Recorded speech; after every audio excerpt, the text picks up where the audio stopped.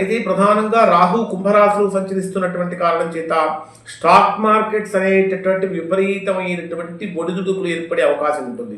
మొత్తం మీద ఈ 10 రోజులు వృషభ రాశి వారిని కనుక చూస్తే విపరీతమైనటువంటి ఆవేశానికి లోను కాకుండా ఆచితూచి అడుగులు కనుక వేసినట్లయితే తద్వారా మంచి ఫలితాన్ని పొందుతారు.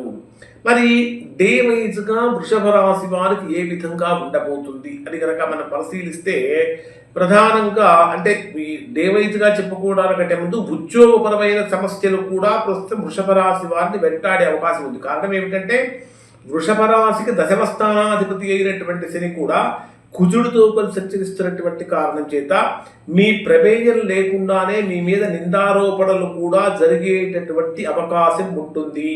కాబట్టి ఈ విషయంలో కొంచెం మీరు జాగ్రత్తలు పాటించండి.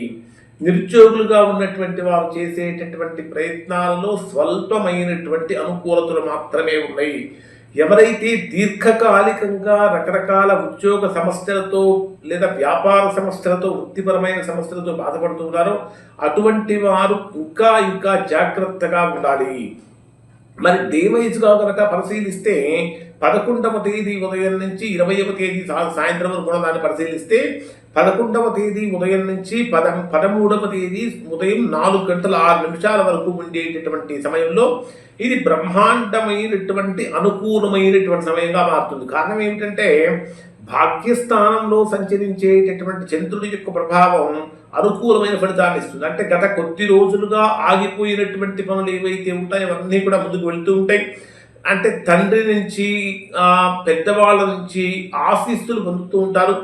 ఆర్థిక సహాయం అనేటటువంటి చక్కగా అందుతూ ఉంటుంది. తీర్థయాత్రలకి దూర ప్రయాణాలకి చక్కగా ప్లాన్ చేస్తూ ఉంటారు. అలానే వృత్తిపరంగా కనుక పరిశీలించినట్టయితే ఈ అదృష్టం ఈ సమయంలో మీ వెంటనే ఉంటుందని చెప్పాలి. ఉద్యోగపరంగా పై అధికారుల మద్దతు కూడా లభిస్తూ ఉంటుంది.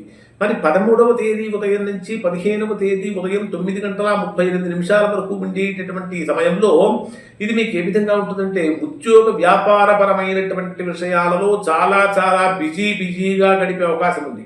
అయితే రాహువు యొక్క ప్రభావం కారణం చేత కొత్త ఐడియాలు వస్తూ ఉంటాయి.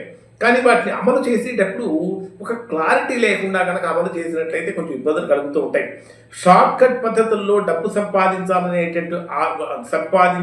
అనేటటువంటి ఆలోచన వృషభ రాశి వారికి పనికిరాదు.